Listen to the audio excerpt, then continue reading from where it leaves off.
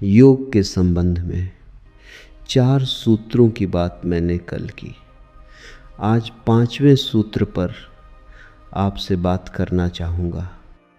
योग का 5वां सूत्र है, जो अणु में है वह विराट में भी है, जो क्षुद्र में है वह विराट में भी है, जो सूक्ष्म से सूक्ष्म में है वह बड़े से बड़े में भी है, जो बूंद में है वही सागर में है।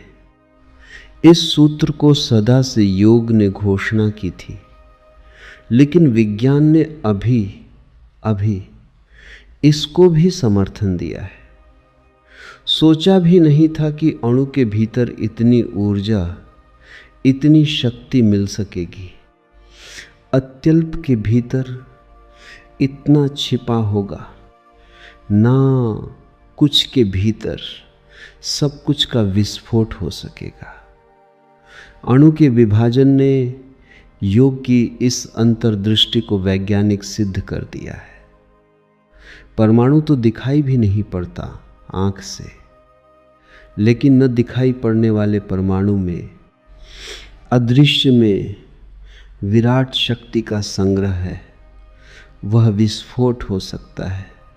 व्यक्ति के भीतर आत्मा का अणु तो दिखाई नहीं पड़ता है, लेकिन उसमें विराट ऊर्जा छिपी है और परमात्मा का विस्फोट हो सकता है।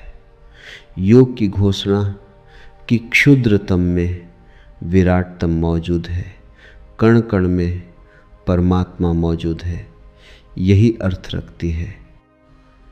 योग ने क्यों जोर दिया होगा इस सूत्र पर? एक तो इसलिए कि वह सत्य है, और दूसरा इसलिए कि एक बार यह स्मरण आ जाए कि अणु में परम छिपा है, तो व्यक्ति को अपनी आत्म शक्ति का स्मरण करने का मार्ग बन जाता है। व्यक्ति को क्षुद्र अनुभव करने का कोई भी कारण नहीं है। क्षुद्रतम को भी क्षुद्र अनुभव करने का कोई कारण नहीं है। इससे उलटी बात भी ख्याल में ले लेनी जरूरी है कि विराटतम को भी अहंकार से भर जाने की कोई ज़रूरत नहीं है, क्योंकि जो उसके पास है वह क्षुद्रतम के पास भी है। सागर भी अगर अहंकार से भर जाए तो पागल है, क्योंकि जो सागर के पास है एक छोटी सी बूंद के पास भी है। क्षुद्रतम को हीन होने का कोई कारण नहीं है। विराटतम को अहंकार से भर जाने का कोई कारण नहीं है।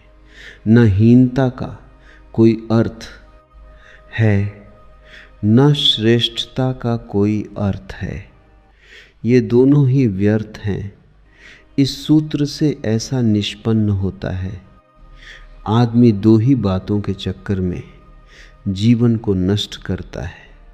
या तो वह हीनता के बोध से पीड़ित होता है, इन्फीरियरिटी के बोध से पीड़ित होता है।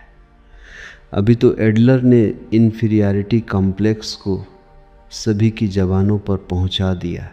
हीन ग्रंथि, या तो व्यक्ति हीन ग्रंथि से पीड़ित होता है और निरंतर अनुभव करता है कि मैं कुछ भी नहीं हूँ, ना कुछ। जैसा कि उमर खयाम की प्रसिद्ध पंक्ति को आपने सुना होगा, डस्ट अनटू डस्ट, मिट्टी मिट्टी में लौट जाती है और कुछ भी नहीं है। हीनता अगर व्यक्ति को पकड़ ले तो बहुत गहरे और बहुत भीतर रुग्णता और डिजीज पकड़ लेती है। कोई अगर ऐसा जीने लगे कि जैसे कुछ भी नहीं है, तो जीना ही मुश्किल हो जाता है। वह जीते जी मर जाता है। बहुत कम ही लोग हैं जो मरने तक जिंदा रहते हों। अधिक लोग पहले ही मर जाते हैं। अक्सर तो ऐसा होता है कि 70 साल में दफनाए जाते हैं। मरना तो बहुत पहले हो गया होता है। मरने और दफनाने के समय में 30-30, 40-40, 50-50 साल का फासला होता है। जिस दिन लगता है हीनता पकड़ लेती है भीतर, और अगर इस चारों तरफ फैले हुए विराट को देखेंगे तो हीनता पकड़ ही लेगी। क्या है स्थिति मनुष्य की? कुछ भी नहीं। सागर की लहरों पर एक तिनका मालूम होता है। न कोई दिशा है, न कोई शक्ति है। अगर ऐसी हीनता मन को पकड़ ले तो जीते जी जीवन उदास और मृत हो जाता है, राख हो जाता है, अंगारा बुझा बुझा हो जाता है। और अगर भीतर अपना ही जीवन बुझ जाए, बुझा बुझा हो जाए, अपने ही दिए की ज्योति बुझ जाए, तो फिर सूर्यों के प्रकाश का भी क्या करिएगा? होगा, लेकिन उससे कोई अर्थ नहीं रह जाता। व्यक्ति के भीतर विराट है, इसका स्मरण जरूरी है। व्यक्ति के भीतर अनंत है, इसका स्मरण जरूरी है। व्यक्ति के भीतर परमात्मा है, इसका स्मरण जरूरी है ही है, ताकि व्यक्ति हीन न हो जाए। और मजे की बात है कि हीनता को मिटाने के लिए व्यक्ति श्रेष्ठता की कल्पनाओं में पड़ जाता है। सुपीरियरिटी कॉम्प्लेक्स, वह जो हीनता की भावना है, उसे दबाने के उपाय में लग जाते हैं। लगती है भीतर हीनता तो आदमी धन कमाने लगता है कि धन कमाकर दुनिया को बता दे और खुद भी समझ ले कि नहीं, कुछ भी नहीं, बहुत कुछ हूँ। हीनता की ग्रंथि दौड़ाती है और आदमी सिंहासनों पर चढ़ने लगता है, ताकि सिंहासनों पर खड़े होकर घोषणा कर दे कि कौन कहता है कि मैं कुछ भी नहीं हूँ, मैं कुछ हूँ। हीनता ही श्रेष्ठता की दौड़ बन जाती है। इसलिए जितने लोग श्रेष्ठ होने की पागल दौड़ में होते हैं, भीतर हीनता की ग्रंथि से पीड़ित होते हैं। एडलर ने तो बहुत अद्भुत बातें कही हैं और उसकी बातें अर्थपूर्ण हैं। उसने कहा है कि अक्सर जो लोग दौड़ में प्रथम आते हैं वे ही होते हैं जो बचपन में लंगड़ाते हैं, और जो लोग संगीत में बहुत कुशल हो जाते हैं वे ही होते हैं जो बचपन में जरा कम सुनते हैं, और जो लोग राष्ट्रपति बन जाते हैं और प्रधानमंत्री हो जाते हैं अक्सर वे ही लोग हैं जिनको स्कूल की बेंचों पर पीछे बैठना पड़ता है। वह जो चोट लगती है हीनता की, वे सिद्ध करने निकल पड़ते हैं। लोग दुनिया में कि हम कुछ हैं दिखा देंगे कि हम कुछ हैं। इसलिए राजनीतिज्ञ अगर हीनता से पीड़ित होता है तो आश्चर्य नहीं। भीतर एक कीड़ा लगा हुआ है कि मैं कुछ भी नहीं हूँ, और यह मन को दुखाता है, तकलीफ में डाल देता है, दौड़ाता है। लेनिन अगर कुर्सी पर बैठता था तो उसके पैर जमीन तक नहीं पहुँचते थे। उसके ऊपर का शरीर का हिस्सा बड़ा था और पैर छोटे थे, तो कुर्सी पर बैठे साधारण तो पैर जमीन नहीं छू पाते थे। हिटलर अत्यंत साधारण बुद्धि का व्यक्ति था और सेना में साधारण हैसियत का सिपाही था, और वहाँ से भी अनफिट होकर, अयोग्य होकर निकाला गया था। सेना में स्टैलिन एक चमार का लड़का था और लिंकन भी एक चमार का लड़का था। अगर हम दुनिया के राजनीतिज्ञों के पीछे झांकें तो बहुत हैरानी होगी। इन्हें कहीं न कहीं बचपन में लगी हीनता की चोट इनकी दौड़ बन गई। ये विक्षिप्त होकर दौड़ पड़े, और जब तक ये किसी पहाड़ पर न चढ़ गए तब तक इन्होंने तृप्ति न पाई। पहाड़ पर चढ़कर इन्होंने दुनिया को तो दिखा दिया कि हम कुछ हैं, लेकिन इससे स्वयं को कुछ भी नहीं दिखता। इसलिए सभी पद, सभी धन, सभी यश पाने वाले को अंततः व्यर्थ मालूम पड़ते हैं। जब सिंहासनों पर खड़ा हो जाता है तब वह पाता है कि खड़ा तो मैं ही हूँ। सिंहासन भला मिल गया, लेकिन मैं तो मैं ही हूँ, और वह हीनता का घुन खाए जाता है। इसलिए बड़े से बड़ा पद कोई तृप्ति नहीं लाता। बड़े से बड़े पद के आगे की दौड़ बनी रहती है।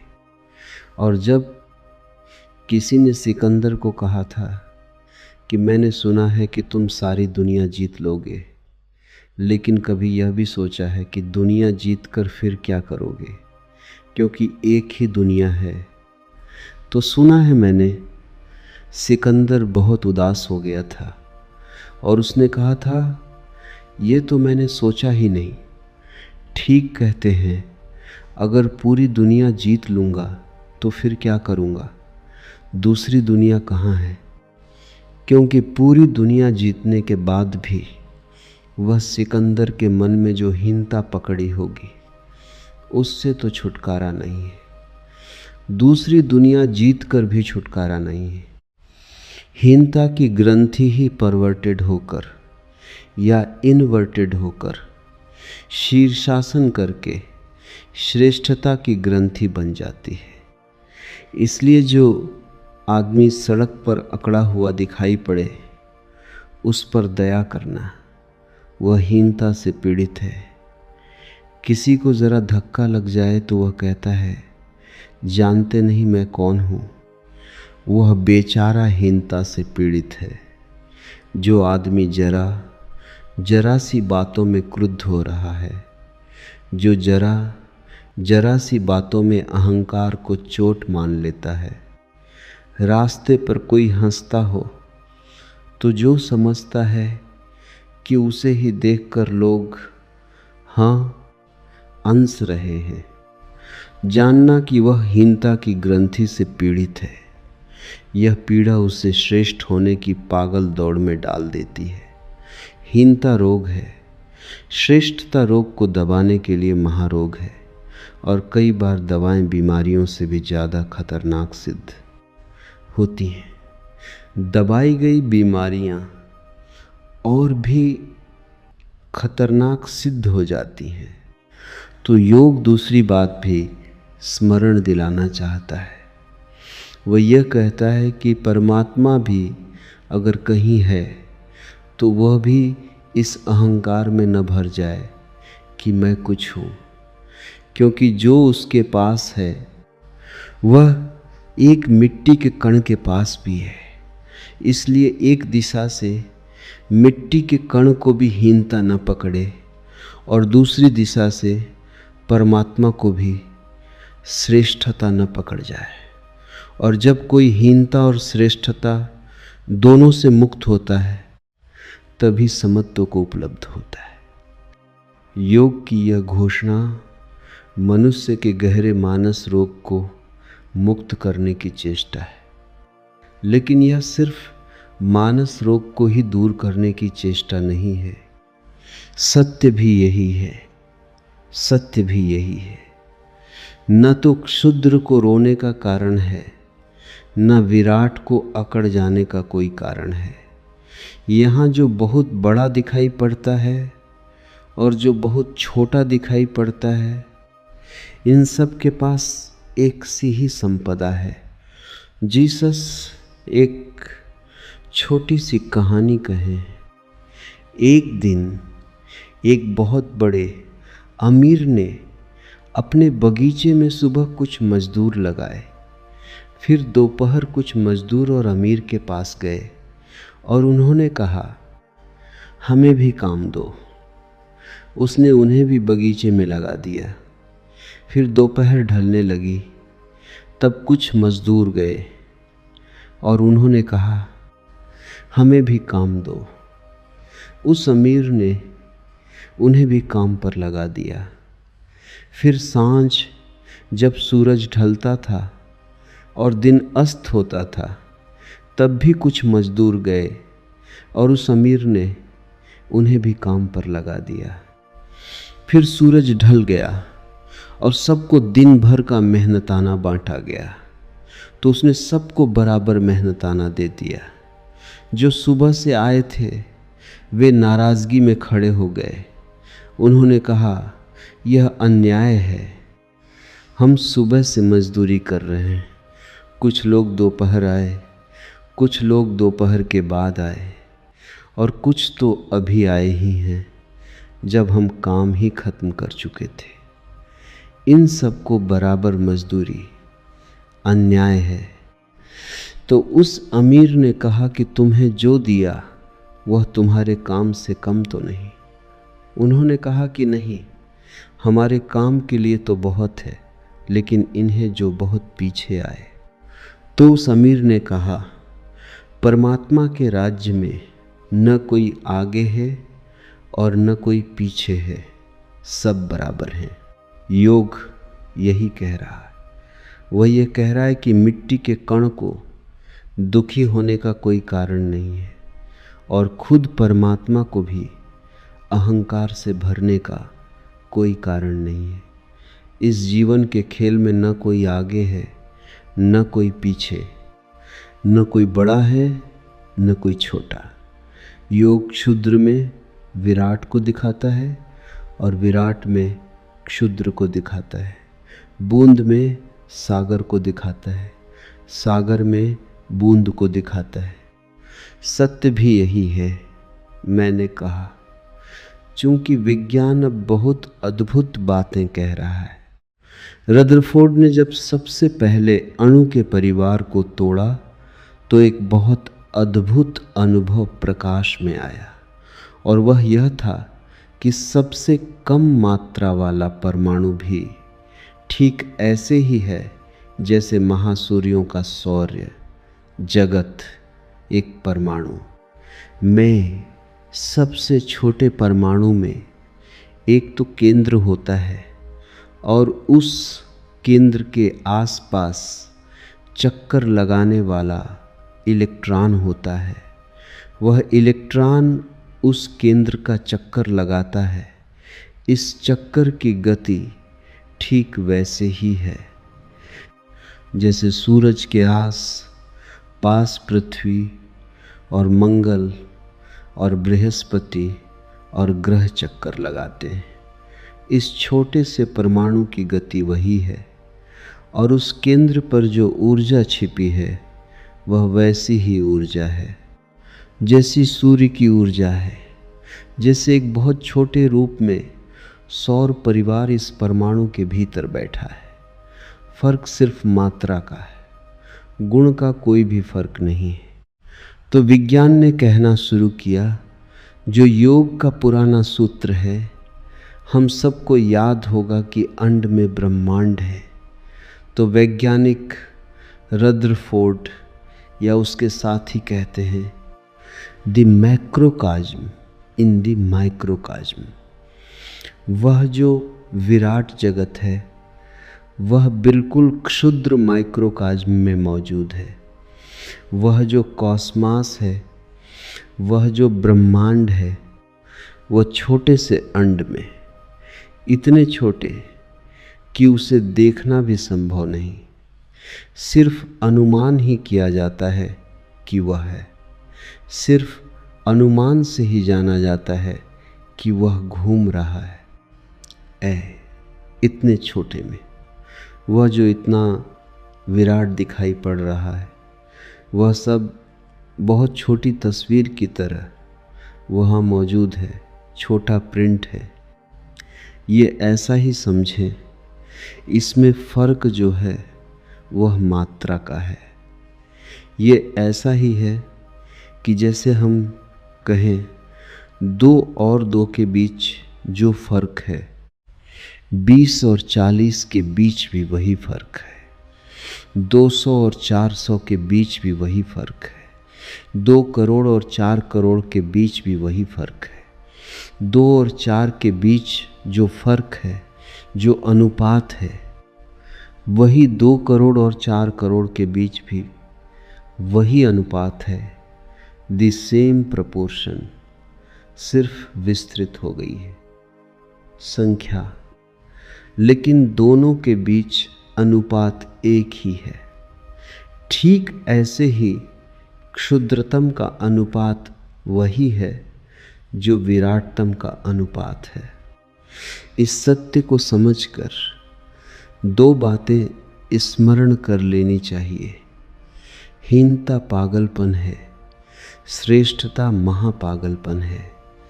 इसे समझकर ठीक से समझ लेना चाहिए।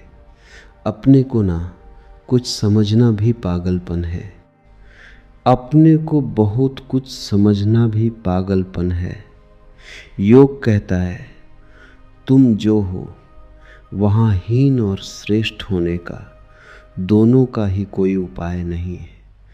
तुम बस हो इतना ही जानो, उतना काफ़ी है। इसका दूसरा अर्थ यह है कि अपने को तौलो ही मत, डोंट कंपेयर। उसका कुछ अर्थ ही नहीं है। तुलना ही मत करो, तुलना का कोई अर्थ ही नहीं है। 2 और 4 अगर 20 और 40 से तुलना करे या 2 करोड़ और 4 करोड़ से तुलना करे तो कोई फर्क नहीं पड़ता है। तुलना में कोई अंतर नहीं है, दोनों बराबर है, अनुपात बराबर है, प्रपोर्शन बराबर है। इसलिए तुलना व्यर्थ है। इसलिए योग कहता है बूंद की भी सागर से तुलना मत करो, क्योंकि बूंद छोटा सागर ही है। और सागर को भी अकड़ने का मौका मत दो, क्योंकि सागर फैली हुई बूंद ही है, सिर्फ फैलाव के फर्क है। अभी वैज्ञानिकों का ख्याल है कि जल्दी ही शायद इस सदी के पूरे होते होते हम चीज़ों के फैलाव को कम ज़्यादा कर सकेंगे। मैंने सुना है 21वीं सदी की एक कहानी मैंने सुनी है कि एक आदमी एक स्टेशन पर उतरा है। उसके पास कोई सामान दिखाई नहीं पड़ता, सिर्फ एक माचिस की डिब्बी भर उसके बेंच के पास रखी है। और नीचे उतरकर वह जोर से चिल्लाने लगा कि 10-20 कुली हों तो आ जाएं। तो पास पड़ोस के यात्रियों ने कहा, सामान तो आपके पास कोई दिखाई नहीं पड़ता, 10-20 कुलियों का क्या करिएगा? तो उस आदमी ने कहा कि सामान मेरा उस माचिस की डिब्बी में रखा है। उन्होंने कहा लेकिन माचिस की डिब्बी 20-25 कुली उठाएंगे, आप ही उठा लें। लेकिन उस आदमी ने डिब्बी खोलकर बताई तो उसमें एक कार उस डिब्बी के भीतर रखी है। पर उन्होंने कहा ये बच्चों के खेलने की कार होगी, उठा लें। उस आदमी ने कहा यह बच्चों के खेलने की कार नहीं है, सिर्फ कार को कंडेंस किया गया है ताकि छोटी जगह में यात्रा करवाई जा सके। इसको जाकर हम फिर फुला लेंगे। जैसे कि गुब्बारे को हम खोल कर रख लेते हैं तो सिकुड़ जाता है, भीतर हवा भर देते हैं तो फैल जाता है। अब वैज्ञानिक कहते हैं कि लोहे को भी और सिकुड़ जा सकता है। जैसे कि रुई को सिकोड़ते हैं, ऐसे लोहे को भी सिकोड़ा जा सकता है, फिर फैलाया जा सकता है, क्योंकि प्रत्येक चीज़ परमाणुओं का जोड़ है और परमाणुओं के बीच में बहुत स्पेस है। उस स्पेस को छोटा बड़ा किया जा सकता है। तो ये हो सकता है कि एक पूरी रेलगाड़ी एक छोटी सी माचिस की डिब्बी में लाई जा सके और फिर उसे वापस फैलाकर बड़ा किया जा सके। जिस दिन यह हो जाएगा, प्रयोग तो हो गया है, बड़े पैमाने पर उपयोग में आएगा वक्त पर। जिस दिन यह हो जाएगा उस दिन बूंद को सागर से तुलना करने में क्या अर्थ रहेगा। सागर को सिकोड़ कर बूंद बनाया जा सकता है, बूंद को फैलाकर सागर बनाया जा सकता है, व्यक्ति को फैलाकर परमात्मा बनाया जा सकता है, परमात्मा को सिकोड़कर व्यक्ति बनाया जा सकता है। ऐसा हो ही गया है। योग इसे बहुत दिन से कह ही रहा है कि चीज़ों में इन सिर्फ फैलाव का अंतर है और कोई अंतर नहीं है। बड़ा और छोटा सिर्फ फैलाव है, छोटा और बड़ा सिर्फ फैलाव है। ये 5वां सूत्र है और महत्वपूर्ण है, क्योंकि एक बार ये दृष्टि में साफ आ जाए तो आपकी हीनता कहाँ टिकेगी, आपकी श्रेष्ठता कहाँ टिकेगी, कहाँ रखिएगा, किस लिए बोझ ढोइएगा। उसे आप छिटक कर फेंक देंगे और अपने रास्ते पर चल पड़ेंगे। और उस दिन अगर कोई अकड़ेगा तो भी हंसेंगे, और कोई अगर हीन होकर पूंछ हिलाएगा तो भी हंसेंगे। पूंछ हिलाने वाले से कहेंगे कि बेकार मेहनत मत करो, अकड़ने वाले से कहेंगे नाहक शरीर को दुखाए जा रहे हो, कोई ज़रूरत नहीं है। सब चीज़ें अपने होने में हैं, सब चीज़ें अपने स्वभाव में हैं, और सब स्वभाव अतुलनीय हैं। तुलना का कोई अर्थ ही नहीं, कोई प्रयोजन ही नहीं। योग का 6वां सूत्र, योग का 6वां सूत्र है कि ऐसा नहीं है कि जो क्षुद्र दिखाई पड़ता है वह और जो विराट दिखाई पड़ता है वह, इनमें विराट दाता हो और क्षुद्र सिर्फ ग्राहक हो, भिखारी हो। ऐसा नहीं है।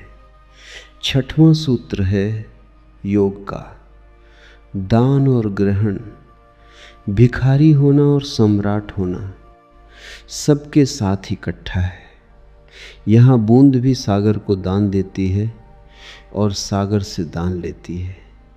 यहाँ क्षुद्र भी विराट को देता है और यहाँ विराट भी क्षुद्र में अपने को उंडेलता है।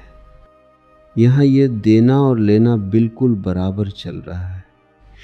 अभी एक फ्रेंच वैज्ञानिक एस्टर्न ने एक छोटा सा यंत्र बनाया है और यह यंत्र योग की दिशा में बड़ा क्रांतिकारी सिद्ध होगा। एस्टर्न का यह यंत्र व्यक्ति में प्रतिपल अनंत से जो ऊर्जा समाहित हो रही है उसको रिपोर्ट करता है कि वह कितनी मात्रा में प्रवेश कर रही है। आप खड़े हो जाएं उस यंत्र के पास तो वह यंत्र बताता है कि आपके भीतर चारों ओर ब्रह्मांड से जो शक्ति आ रही है वह किस मात्रा में आ रही है। पूरे वक्त जैसे अनंत अनंत मार्गों से शक्ति आपके ऊपर गिर रही है और आपके रोए रह ओए से प्रवेश कर रही है। बड़े मज़े की बात है। जब आप आनंदित होते हैं तो यह शक्ति ज़्यादा प्रवेश करती है और जब आप दुखी होते हैं तो कम प्रवेश करती है। यह हेस्टन का यंत्र बड़ा कीमती है। अगर आप दुखी हैं तो आपके द्वार दरवाजे बंद होते हैं, सिकुड़े होते हैं, आपके भीतर शक्ति कम प्रवेश करती है। आपने भी अनुभव किया होगा कि दुख सिकोड़ता है। इसलिए दुखी आदमी कहता है मुझसे बोलो मत, मुझे छेड़ो मत, मुझे एक कोने में बैठ जाने दो, मुझे सो जाने दो, मुझे मर जाने दो। दरवाज़ा बंद कर लेता है, अंधेरा कर लेता है। दुखी आदमी सिकुड़ता है, आनंदित आदमी बंटना चाहता है।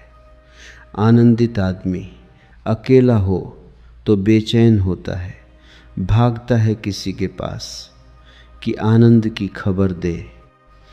हम सबको पता है कि बुद्ध जब दुखी थे तो जंगल गए और जब आनंदित हुए तो वापस गांव में लौट आए। महावीर जब दुखी थे तो जंगल गए और जब आनंदित हुए तो वापस गांव में लौट आए। कोई पूछे कि दुखी आदमी जंगल क्यों जाता है? सिकुड़ जाता है, मिलने से भी भय खाता है।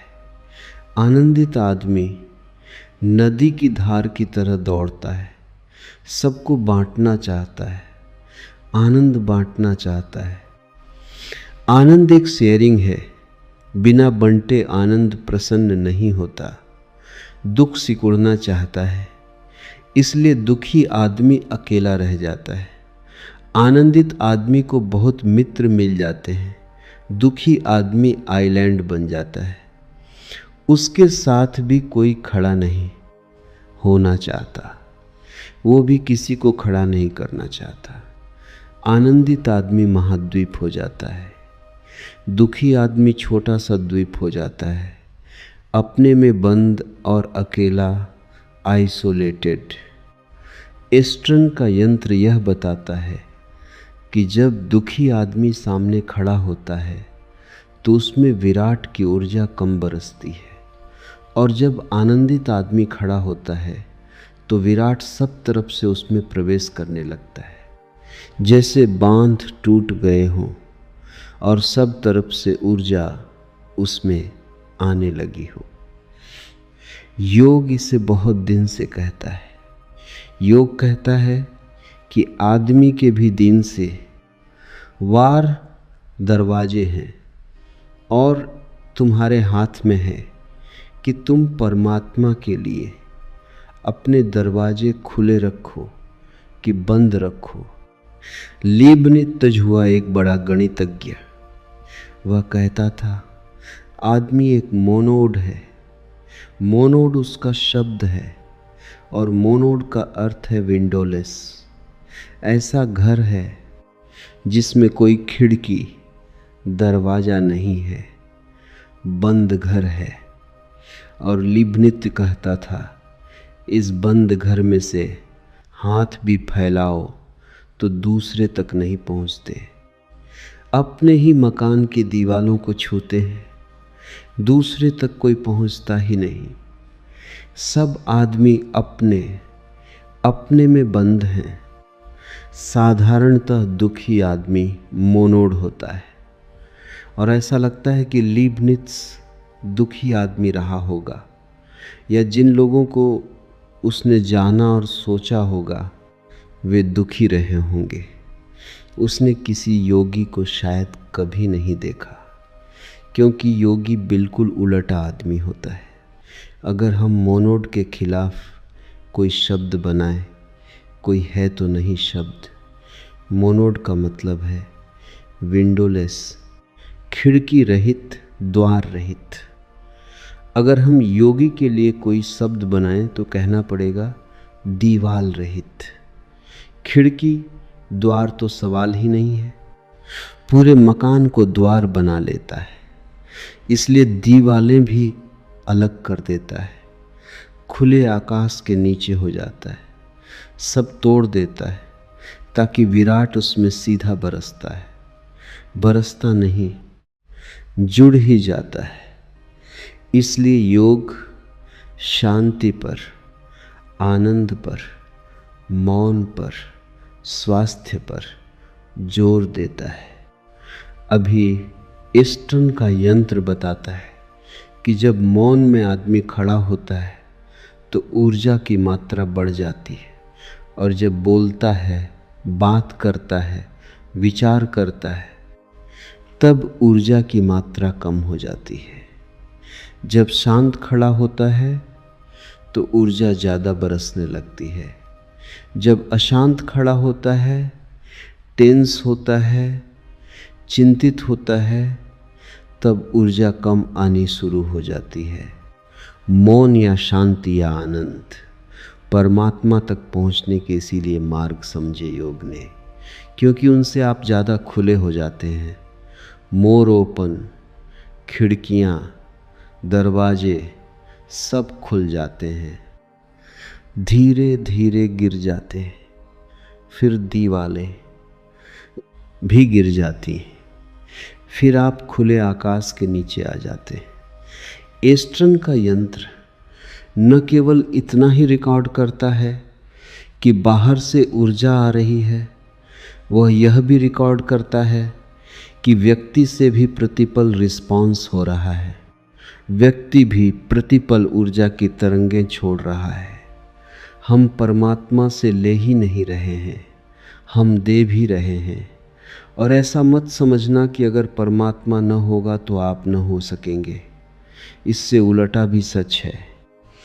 अगर आप न होंगे तो परमात्मा भी नहीं हो सकेगा। ऐसा मत सोचना कि सागर सिर्फ बादलों को पानी देता है। ध्यान रखना, बादल नदियों से सब पानी सागर को वापस लौटा देते हैं। सागर देता ही नहीं, लेता भी है। सागर लेता ही नहीं, देता भी है।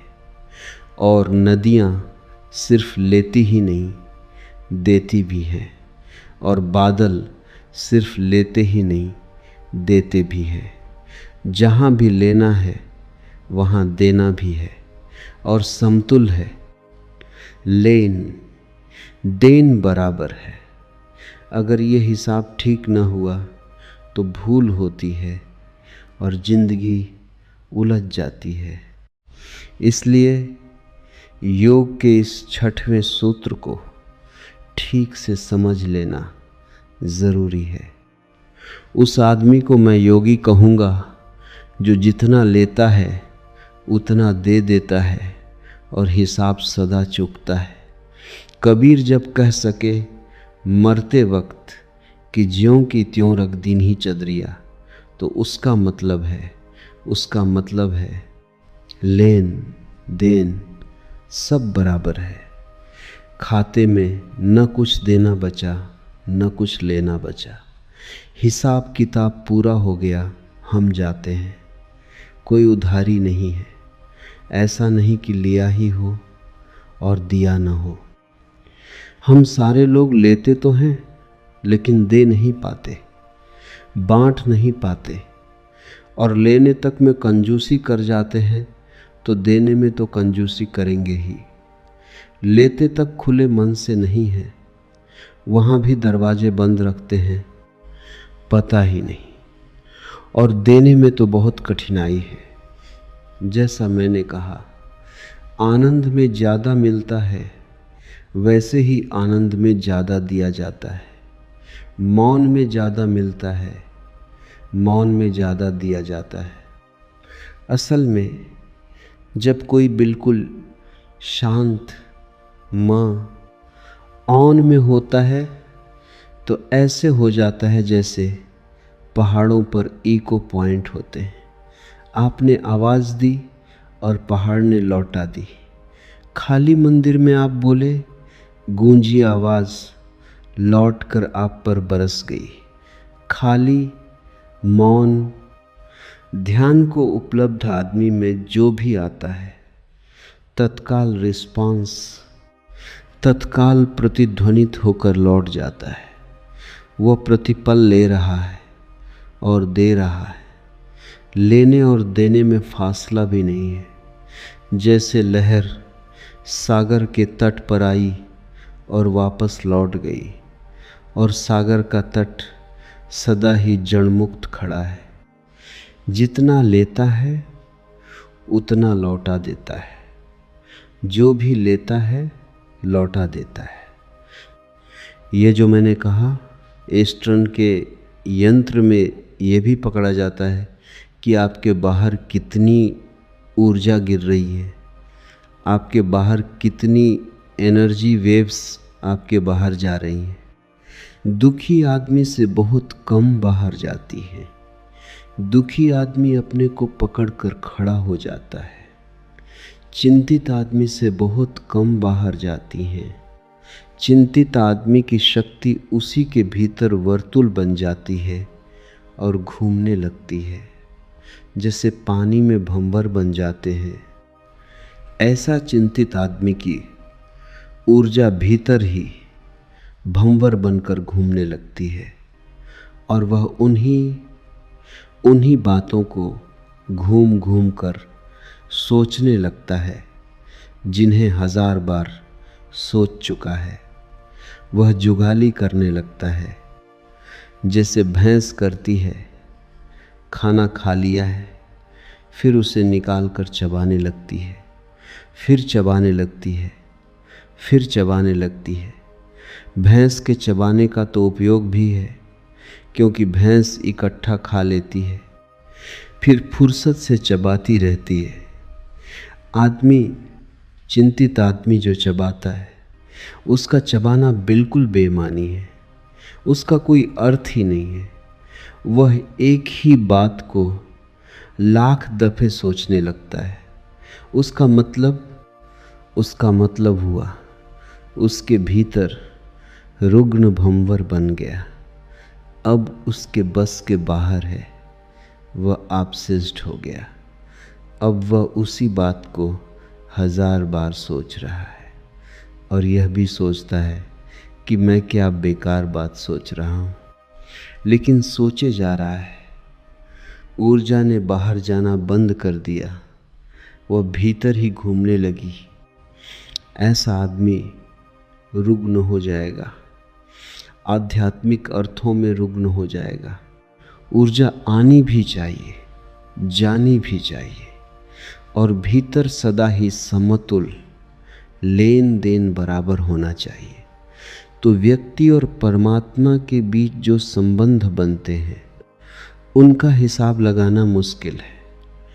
तब सीधे संबंध होते हैं, और तब ऐसा नहीं होता कि व्यक्ति चरणों में होता है, परमात्मा सिर पर होता है। तब ऐसा नहीं होता। तब व्यक्ति परमात्मा हो जाता है, परमात्मा व्यक्ति हो जाता है। तब भगवान भक्त हो जाता है, भक्त भगवान हो जाता है। फर्क फासले नहीं रह जाते, क्योंकि कोई लेन देन ही नहीं होता। भगवान भी जोर से नहीं कह सकता, भगवान भी बंक हो जाता है, क्योंकि जो लिया था वह दे दिया गया है। कहीं कोई बाकी नहीं रह गई है बात। दुख में, बेचैनी में, परेशानी में हम देते भी नहीं, लेते भी नहीं, सिकुड़ कर बंद हो जाते हैं और जीवन स्रोत सूख जाते हैं। ऐसे ही जैसे कोई कुआं हो और कुआं कह दे कि सागर से अब मैं पानी नहीं लूँगा, झरने बंद करता हूँ अपने, और लोगों से कह दे कि अब अपनी गगरियाँ डालना बंद कर दो, अब मैं दूंगा भी नहीं। स्वभावतः जो लेना बंद करेगा वह देना भी बंद करेगा, नहीं तो सूखता जाएगा। और जो देना बंद करेगा उसे लेना भी बंद करना पड़ेगा, अन्यथा फूट जाएगा, जी नहीं सकता। ये दोनों बातें एक साथ करनी पड़ेंगी। लेकिन ध्यान रहे, जो कुआं सागर से कह देगा कि नहीं लेता तुझसे, और गांव के लोगों से कह देगा कि नहीं देते तुझे, वह सिर्फ सड़ेगा, गंदा होगा, बदबू फेंकेगा, उसकी ताजगी नष्ट हो जाएगी, उसका जीवन खो जाएगा। हम सब ऐसे ही कुएं हो गए हैं। योग की दृष्टि से हम सड़ते हुए कुएं हैं, जीवित कुएं नहीं हैं जो सागर से लेते हैं और सागर को बांट देते हैं वापस। क्योंकि वे जो लोग गगरियां लेकर आ गए हैं वे सागर के साधन हैं, वे वापस सागर तक पहुंचा देंगे और कुआं ताजे से ताजा बनता जाएगा। आश्चर्य की बात है योग का यह कहना कि जो जितना लेगा और जितना देगा उतना जीवंत, उतना लिविंग होगा।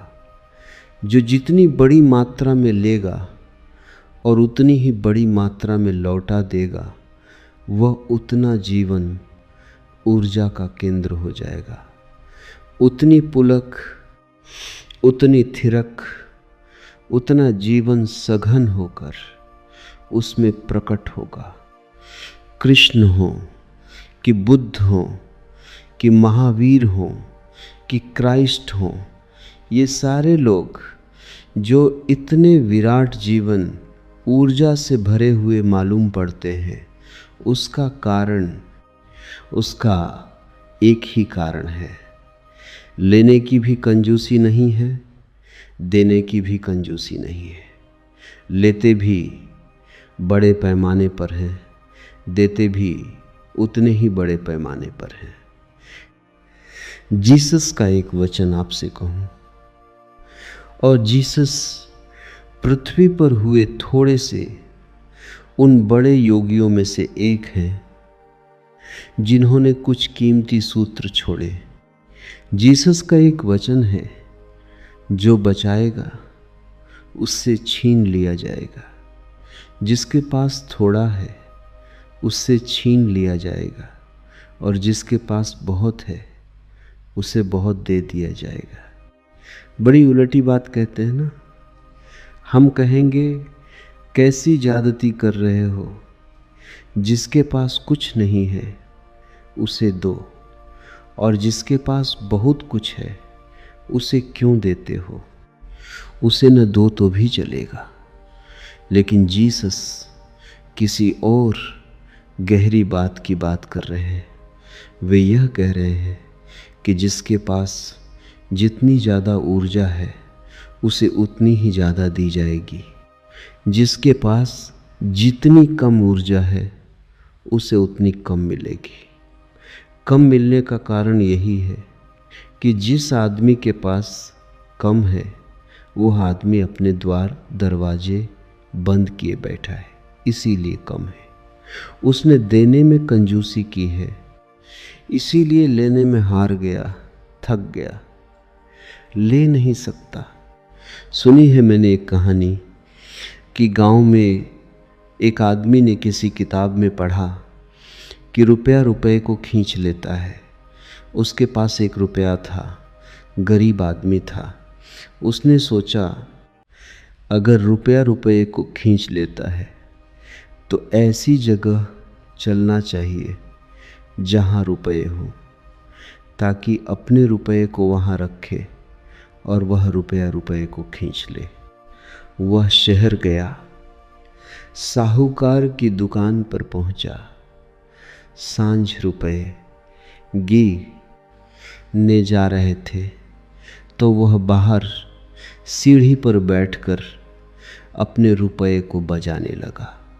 बड़ी देर तक रुपये को उसने बजाया, लेकिन कोई रुपया खींच कर आया नहीं। तब उसने सोचा कि दिखता है दूरी ज़्यादा है, तो उसने अपने रुपये को साहूकार की गड्डियों पर फेंका। फिर थोड़ी देर राह देखी कि रुपया रुपये को लेकर आएगा, लेकिन वह नहीं आया। तो उसने साहूकार से कहा कि गलत थी वह किताब, मेरा रुपया वापस कर दो। साहूकार ने कहा कौन सी किताब? उसने कहा मैंने एक किताब में पढ़ा है कि रुपया रुपये को खींच लेता है। साहूकार ने कहा सही थी वह किताब, रुपयों ने रुपये को खींच लिया है, तुम अपने घर जाओ। पागल, 1 रुपया इतने रुपयों को खींच सकेगा। सही थी वह किताब, रुपयों ने रुपये को खींच लिया। अब तुम अपने घर जाओ और कभी भूल कर मत कहना कि किताब गलत थी। और उस किसान ने फिर कभी किसी से नहीं कहा कि किताब गलत थी, क्योंकि किताब सही ही साबित हुई थी। जीसस जिस अद्भुत नियम की बात कर रहे हैं, वे यह कह रहे हैं कि अगर चाहते हो कि विराट से भर जाऊं तो विराट के दाता बनो। बांटो तो मिलेगा, रोका तो छिन जाएगा, बचाया तो खो दोगे, खोया तो पालोगे। उल्टे लगते हैं सूत्र, लेकिन योग उन सूत्रों को कहने का कारण समझता है, कारण है। जितना ही हम अपने को खाली करते हैं उतना ही हम विराट के लिए स्थान रिक्त करते हैं। जितना ही विराट हम में उतरता है उतना ही हम खाली करने के आनंद से, लुटाने के आनंद से भरते हैं और उलीचते हैं। ये 6वां सूत्र ये कहता है कि यहाँ कोई भी न दाता है अकेला, न ग्राहक है अकेला। यहाँ न तो कोई अकेला भिखारी है और न कोई अकेला सम्राट है।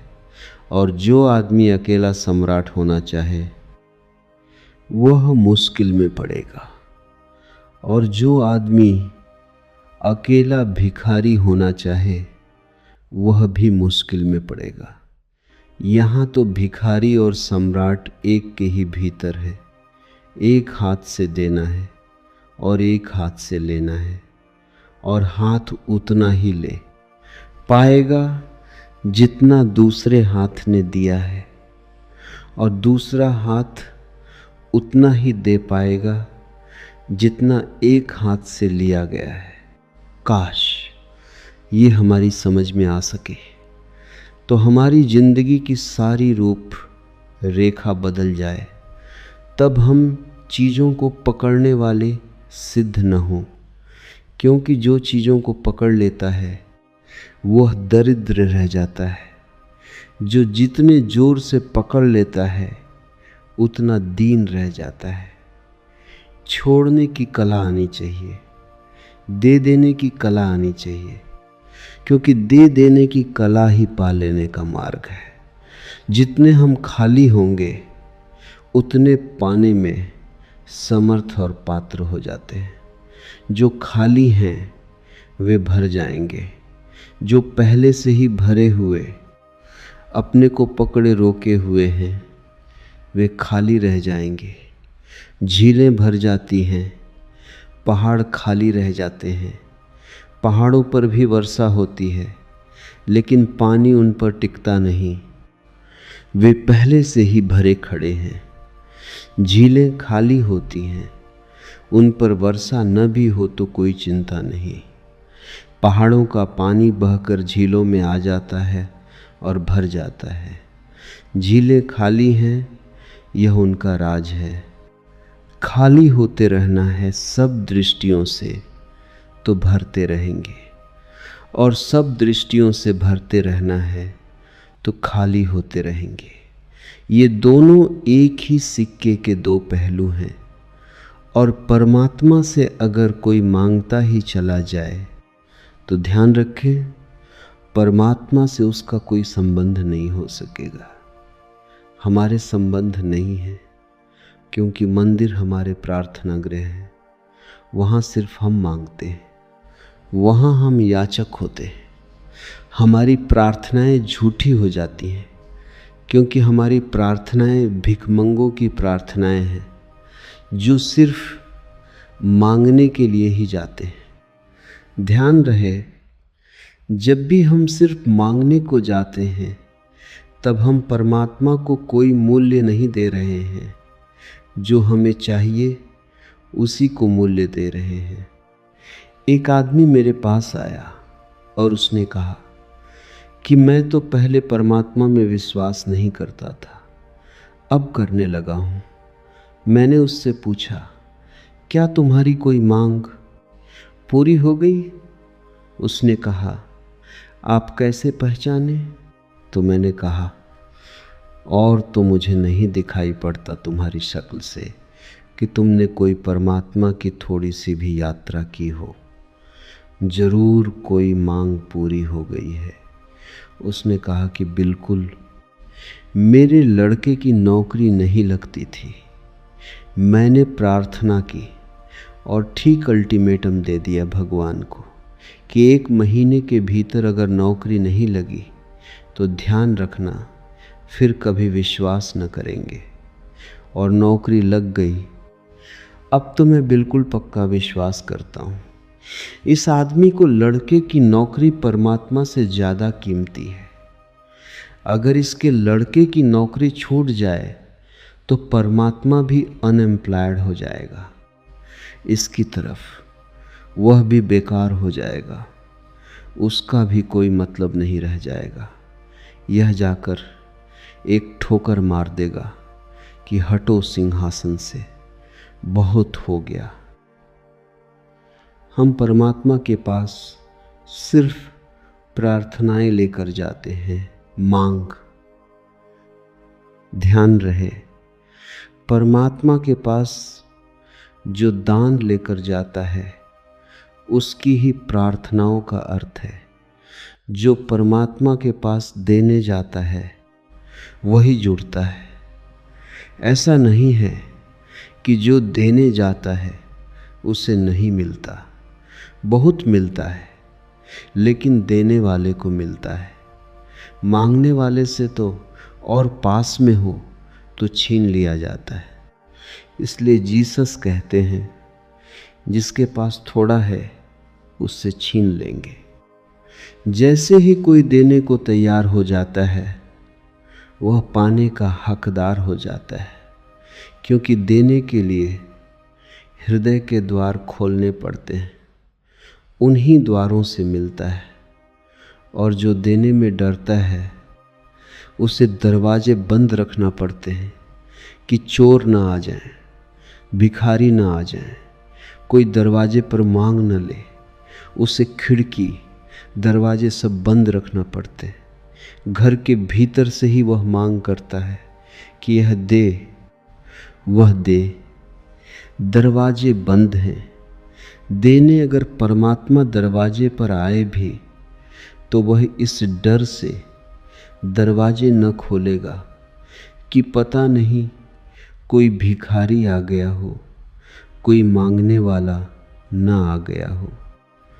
और मैंने सुना है कि परमात्मा यह मजाक बहुत बार करता है कि भिखारी की शक्ल में द्वार पर आ जाता है, तब पहचान हो जाती है पक्की कि आदमी पाने का पात्र है। क्योंकि जो अभी देने में ही समर्थ नहीं हुआ वह पाने का पात्र नहीं हो सकता। स्वभावतः भगवान आपसे धन नहीं मांग सकता है।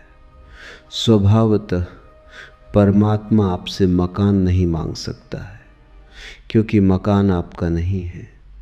आप कल नहीं होंगे और मकान होगा, और धन आप नहीं हैं। आपके हाथ में है आज, कल किसी और के हाथ में होगा। परमात्मा तो एक ही चीज मांग सकता है, आपको मांग सकता है। आप ही एकमात्र मांगने जैसी चीज हो सकते हैं।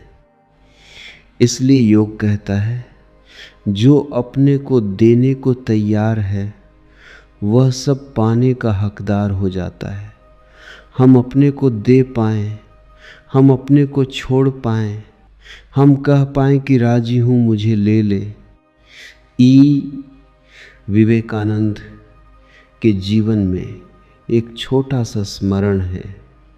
विवेकानंद के पिता चल बसे तो घर में बहुत गरीबी थी और घर में भोजन भी इतना नहीं था कि माँ और बेटा दोनों भोजन कर पाएं। तो विवेकानंद अपनी माँ को यह कहकर कि आज किसी मित्र के घर निमंत्रण है, मैं वहाँ जाता हूँ। कोई निमंत्रण नहीं होता था, कोई मित्र भी नहीं थे। सड़कों पर चक्कर लगाकर घर वापस लौट आते थे। अन्यथा भोजन इतना कम है कि माँ उनको खिला देगी और खुद भूखी रहेगी। तो भूखे घर लौट आते, हंसते हुए आते कि आज तो बहुत गजब का खाना मिला। क्या चीज़ें बनी थीं, बस उन्हीं चीज़ों की चर्चा करते आते जो कहीं बनी भी नहीं थी, जो कहीं खाई भी नहीं थी। भूखे चक्कर लगाकर लौट आए थे ताकि माँ खाना खा ले। रामकृष्ण को पता चला तो उन्होंने कहा कि तू कैसा पागल है, भगवान से क्यों नहीं कह देता, सब पूरा हो जाएगा। तो विवेकानंद ने कहा कि खाने पीने की बात भगवान से चलाऊं तो जरा बहुत साधारण बात हो जाएगी। फिर भी रामकृष्ण ने कहा, तू एक दफ़ा कहकर देख। तो विवेकानंद को भीतर भेजा। घंटा बीता, 1.5 घंटा बीता। वे मंदिर से बाहर आए, बड़े आनंदित थे, नाचते हुए बाहर निकले थे। रामकृष्ण ने कहा, मिल गया ना, मांग लिया ना? विवेकानंद ने कहा, क्या? रामकृष्ण ने कहा, तुझे मैंने कहा था कि मांग अपनी रख देना, तू इतना आनंदित क्यों आ रहा है? विवेकानंद ने कहा, वह तो मैं भूल ही गया। ऐसा कई बार हुआ। रामकृष्ण भेजते और विवेकानंद वहाँ से बाहर आते और वे पूछते तो वे कहते, क्या? तो रामकृष्ण ने कहा, तू पागल तो नहीं है? क्योंकि भीतर जब जाता है तो पक्का वचन देकर जाता है। विवेकानंद कहते कि जब भीतर जाता हूँ तो परमात्मा से भी मांगूं, ये तो ख्याल ही नहीं रह जाता। देने का मन हो जाता है कि अपने को दे दूं, और जब अपने को देता हूँ तो इतना आनंद कि फिर कैसी भूख, कैसी प्यास, कौन मांगने वाला, कौन याचक नहीं मांग सके, वह संभव नहीं हो सका। आज तक किसी धार्मिक आदमी ने परमात्मा से कुछ भी नहीं मांगा है, और जिन्होंने मांगा हो उन्हें ठीक से समझ लेना चाहिए। धर्म से उनका कोई नाता नहीं है। धार्मिक आदमी ने दिया है। जीसस को सूली लगी। सूली लगने के रात पहले गेतसेमनी के बगीचे में उनके मित्रों ने कहा, अपने पिता से, अपने परमात्मा से कह दो, मांग लो जो मांगना है। जीसस हंसते रहे। फिर सुबह उनको सूली लगने का वक्त भी आ गया, और साथ ही उनसे बार बार कहते रहे कि तुम अपने परमात्मा से कह क्यों नहीं देते कि यह मत करवाओ। लेकिन जीसस हंसते रहे। फिर सूली पर वे लटका भी दिए गए, हाथ में खीलियां ठोंक दी गईं, और तब एक क्षण को उनके मुंह से एक आवाज़ निकली और वे सूली पर लटक गए। फिर यह सूली नहीं थी, यह परमात्मा की कोट हो गई है। अब वे अपने को दे सके। वे सूली पर लटक गए। सूली पर लटकना प्रतीक बन गया। हे भी अद्भुत प्रतीक कि जिन्हें परमात्मा तक जाना है, उन्हें अपने को, मैं को बिल्कुल सूली पर लटका कर देने का साहस चाहिए। लेकिन आदमी बेईमान है, उसकी बेईमानी का कोई अंत नहीं। ईसाई पादरी गले में सोने की सूली लटकाए हुए सारी पृथ्वी पर घूम रहे हैं। कोई पूछे सूलियां भी सोने की होती हैं, और कोई पूछे कि गला सूलियों पर लटकाया जाता है कि गले में सूलियां लटकाई जाती हैं। लेकिन आदमी धोखेबाज है। जीसस सूली पर लटकाए गए। उनका मानने वाला गले में एक छोटी सी सूली लटका कर घूम रहा है। सूली भी आभूषण बना सकता है। आदमी इतना बेईमान है, देने की बात ही भूल जाता है, मिटने की बात ही भूल जाता है, पाने की बात ही भर याद रखता है। योग कहता है, जिस अनुपात में दिया जाएगा उसी अनुपात में मिलता है, और जो दिया जाएगा वही मिलता है।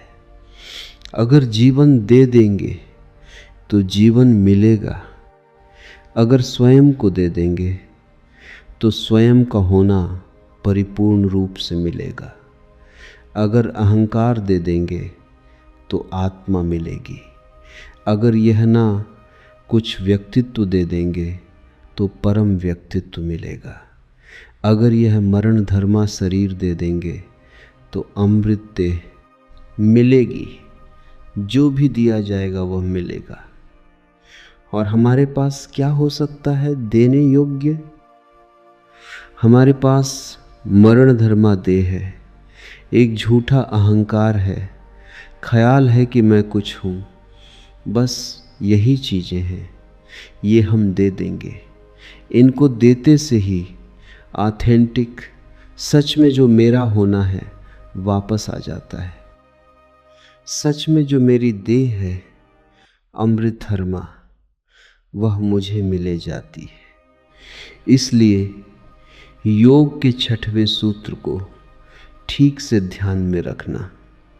देना ही पाना है, मिटना ही होना है। क्योंकि यहाँ बूंद भी सागर को देती है। लेकिन जब कोई बूंद सागर को देती है तो कभी देखा, जब बूंद अपने को सागर को देती है तो सागर बूंद को मिल जाता है, तत्काल बूंद सागर हो जाती है। कबीर ने कहा है, एक बहुत अद्भुत वचन कहा है। कबीर ने कहा है कि खोजते खोजते मैं खो गया, और फिर ऐसा हुआ कि बूंद समानी समुंद में सोकत हेरी जाई, और फिर बूंद सागर में गिर गई। अब मैं बूंद को कैसे वापस निकालूं? लेकिन कुछ दिन बाद उन्होंने एक दूसरा वचन भी लिखा और अपने मित्रों को कहा कि पहले वचन को छोड़ देना, उसमें कुछ गलती हो गई। पहला वचन था, हेरत हेरत हे सखी रहिया कबीर हिराई, बूंद समानी समुंद में सोकत हेरी जाई। फिर दूसरा वचन उन्होंने लिखा कि पहले को काट देना, उसमें गलती हो गई। दूसरे वचन में बात उन्होंने उलट दी। उन्होंने लिखा कि हेरत हेरत हे सखी रहिया कबीर हिराई, समुंद समाना बूंद में सोकत हेरी जाई। कहा कि काट दो वह पहली बात, उसमें कुछ गलती हो गई कि बूंद सागर में गिर गई। अब मैं तुमसे ज़्यादा असली बात कहता हूँ कि सागर बूंद में गिर गया है, और बूंद सागर में गिरी होती तो निकाल भी लेते। अब सागर बूंद में गिर गया, अब कहाँ निकालेंगे? अब कैसे निकालेंगे? जब बूंद सागर में गिरती है तो ये बूंद की तरफ से हमें लगता है कि बूंद सागर में गिर रही है, लेकिन जब गिर जाती है तब बूंद को पता चलता है कि यह तो सागर ही मुझ में गिर गया।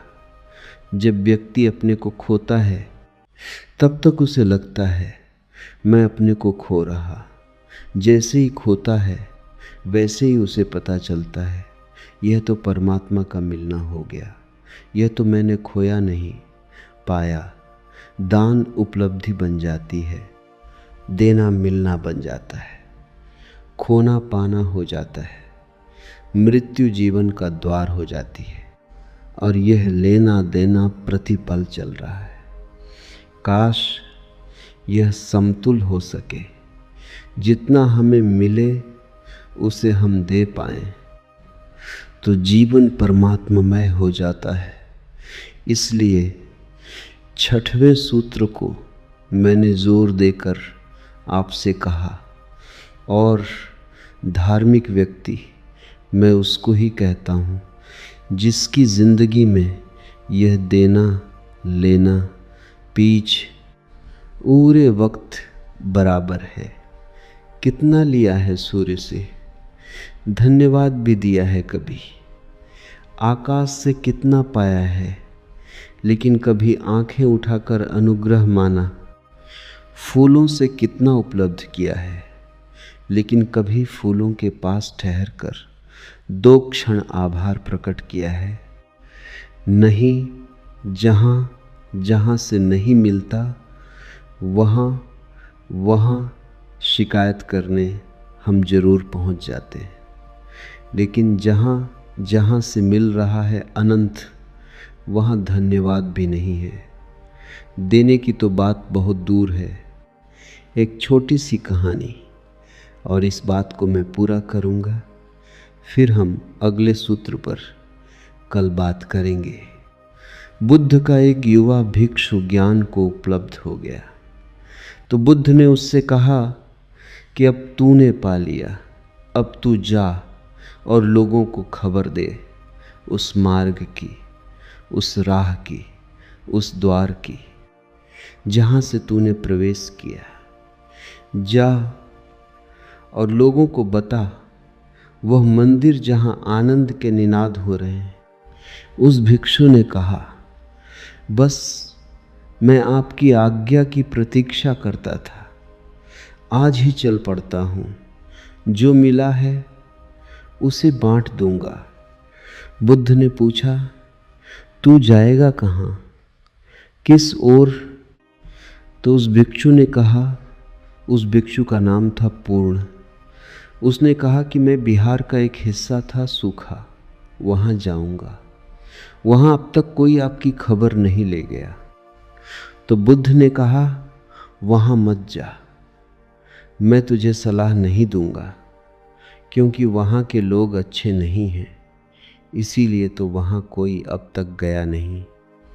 तो उस पूर्ण ने कहा कि जहाँ लोग अच्छे हैं वहाँ मेरे जाने की ज़रूरत ही क्या है, मुझे वहीं जाने की आज्ञा दे। तो बुद्ध ने कहा, मैं तुझसे 3 सवाल पूछ लूँ, फिर तू जा सकेगा। पहला सवाल यह पूछता हूँ कि वहाँ के लोग दुष्ट हैं, कठोर हैं, गंवार हैं, वे तुझे गालियाँ देंगे तो तेरे मन को क्या होगा? तो पूर्ण ने कहा, आप भली भांति जानते हैं कि मेरे मन को क्या होगा, वही जो आपके मन को होगा। मेरे मन को यही होगा कि कितने भले लोग हैं, सिर्फ गालियाँ देते हैं, मारते नहीं हैं, मार भी सकते थे। तो बुद्ध ने कहा, पूर्ण समझ कि वे तुझे मारें भी, क्योंकि वे लोग बहुत बुरे हैं, मारेंगे भी। तो वे जब तुझे मारेंगे तब तेरे मन को क्या होगा? तो पूर्ण ने कहा, वही जो आपके मन को होगा। धन्यवाद दूंगा कि कृपा है प्रभु की कि अच्छे लोगों में आ गया। सिर्फ मारते ही हैं, मार ही नहीं डालते, मार भी डाल सकते थे। तो बुद्ध ने कहा, बस आखिरी सवाल और पूर्ण, कि अगर वे मार ही डालें तो मरते क्षण में आखिरी ख्याल क्या होगा? तो पूर्ण ने कहा, आप व्यर्थ ही पूछते हैं, जानते हैं भली भांति वही जो आपको होगा। मरते क्षण में हाथ जोड़कर धन्यवाद देकर जा सकूंगा। अच्छे लोग हैं, उस जीवन से छुटकारा दिला दिया जिसमें कोई भूल चूक हो सकती थी। उस पूर्ण ने कहा कि अगर जिंदा रहता तो कोई भूल चूक हो सकती थी। अच्छे लोग हैं, जीवन से छुटकारा दिला दिया तो धन्यवाद देता हुआ जा सकूंगा। तो बुद्ध ने कहा, तू धार्मिक आदमी हो गया, अब तू कहीं भी जा सकता है। अब तेरे लिए सारी पृथ्वी स्वर्ग है और सब घर मंदिर हैं और हर आँख परमात्मा की आँख है। योग ऐसी दृष्टि के आधार रखता है। और सूत्रों पर कल आपसे बात करूँगा। कुछ सवाल आए हैं, कुछ सवाल और कल आ जाएंगे, तो अंत में सारे सवालों को इकट्ठा ही ले लेंगे। मेरी बातों को इतने प्रेम से सुना, उससे अनुग्रहित हूँ। सुबह के लिए 2 सूचनाएं आपको दे दूँ। जो मित्र ध्यान करने आना चाहते हों, ध्यान रखें, करने आना चाहते हों वे ही सुबह आएं, देखने ना आएं।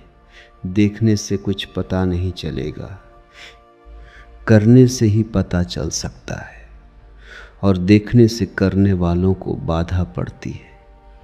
जो आते हैं वे स्नान करके आएं और चुपचाप आकर यहाँ बैठ जाएं, जरा भी शब्द का उपयोग न करें, ताकि यहाँ का वातावरण ध्यान में जाने के लिए सहयोगी और मित्र बन सके।